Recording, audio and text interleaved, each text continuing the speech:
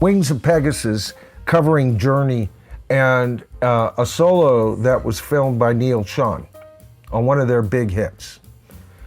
And he takes it down bit by bit. Now remember, Don Henley's already been busted by Wings of Pegasus for lip syncing. I reported it on, at the time, huge video for me. And now he's calling out Neil Schon.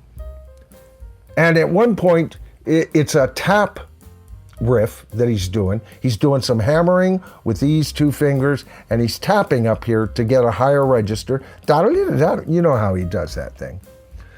And the notes are, it's either the notes are 5 notes and he taps 6 times, or the notes are 6 notes and he taps only 5. I forget which one, but I watched it, I blew it up.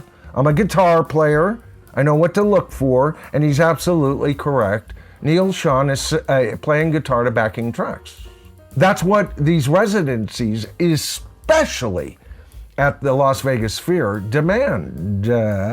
Those incredible light shows have to be synced. And a lot of bands are choosing, in my opinion, from what I'm seeing, what I'm watching, all right, in general, as a musician, not just a fan, is I see evidences of backing tracks even being used by the instruments themselves, perhaps with the Eagles and most definitely with Journey. You know, the band that doesn't have Steve Perry.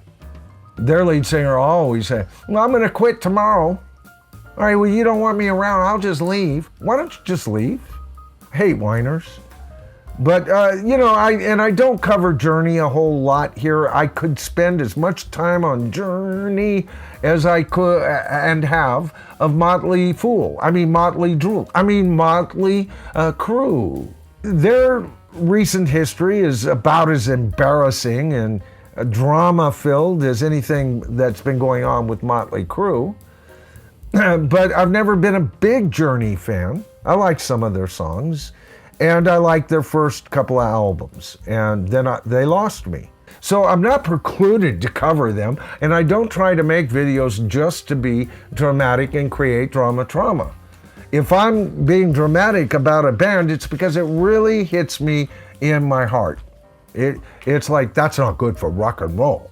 What you talking about, Willis? I spent a lot of time in my life in the music industry.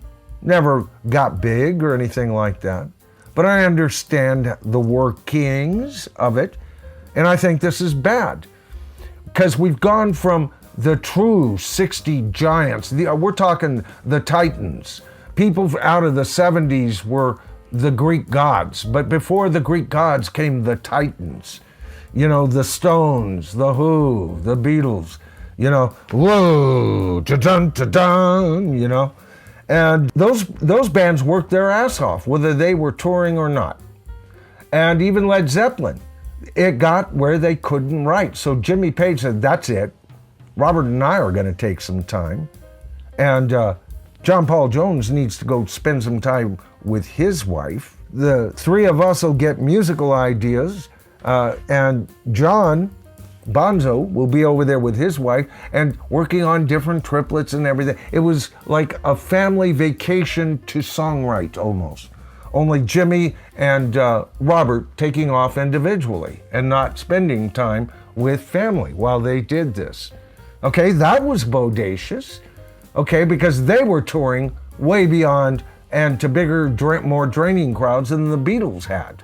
Getting back to the idea of residencies, it's counterproductive. Now, Michael would argue, no, it is where we're at, Michael, be more realistic and look forward and embrace what we have. And I'm afraid that if we do that comes the lies that it's built on. Yeah. Because I just saw Neil Schon lip sync his guitar part. I mean, it gets down to that, isn't it? That's the guitar player version of lip syncing. Al Val says you got 2 albums a year when bands were young. Damn straight. And Aaron, 23, says, yeah, in the 60s and 70s, they turned them out fast. Like Buffalo Springfield put out like 4 in 2 years. And bands like the Beatles, on top of 2 Yeah. albums a year, Yeah. they had 4 singles, which meant 8 other songs. How are so we 2 talking albums about the and Beatles? damn near 3/4 of a whole other album just on their singles, you know? Give it to Michael to talk about the Beatles.